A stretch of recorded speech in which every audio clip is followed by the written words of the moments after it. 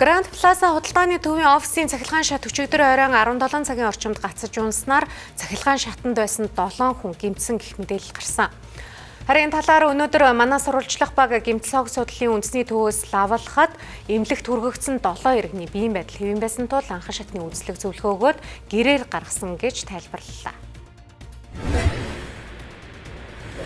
За хүн унсан гэгдээд байгаа лифтийн нөхцөл байдал бол яг одоогоор за энэ тал нь бол ажиллахгүй.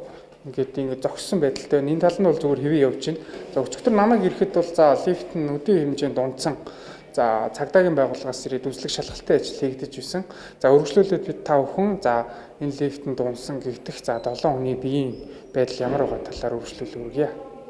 7 хүн ирж үзүүлсэн. Дээрх 7 хүнд ямар нэгэн мөчтөд бол хуурал гэмтэл бол илэрсэн юм байхгүйсаа. Тархитлага болон нуруу нуусны гэмтэлтэй хүмүүс байсан. Гэхдээ эдгээр нь бол яг амьлыг твтгэхээр амь насанд аюултай бол биш. Гэхдээ ямар ч байсан зөвлөгөө аваад зохих дэглэм эмчилгээнийхэн талаар зөвлөгөөг аваад явсан байна. Бид эхний ээлжинд иргэдийн биеийн байдлыг тодруулан үргэлжлээ. Үргэлжлүүлэн Grand Plaza төвийн офисын барилгын лифтийн нөхцөл байдлыг газар дээр нь тодруулахад нэг талын лифт хэвэн ажиллаж байсан бөгөөд байгууллагуудын ажилчид цахилгаан шатанд дугаарлаж байлаа. Харин осол усан гэх лифтийг түр хугацаанд зогсоосон байлаа. Тус төвд ажиллаж буй иргэдийн зүгээс хуучирсан лифтэд анхаарал хандуулж яаралтай засвар үйлчилгээг шаардлагатай байгааг хэлж байлаа. Мөн зарим мэрэгэн лифтний аюулгүй байдлын талаар санаа зовниж байгаа илэрхийлсэн юм а. Би ажилтаа сайхан ирсэн чинь тийм болсон мөлий. Тэгээ манай ажлын дэдэг байхгүй. Та өөр ер нь лифт одоо сууж байна. Сууж дандаа сууж байгаа шүү дээ.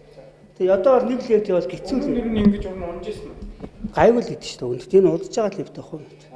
Нэг янз л холсон мэл гэдэг. Одоо уг нь эн чинь одоо харин хүний ам ирсэн үү? Тий. Гайгүй өнгөлөө. Тэр цаашдаа анхаарах болохгүй чинь хаяа дандаа гацдаг шүү дээ.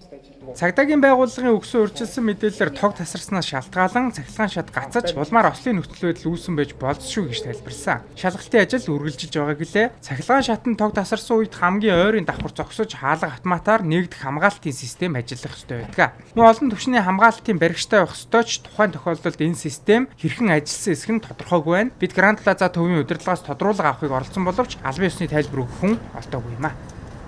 За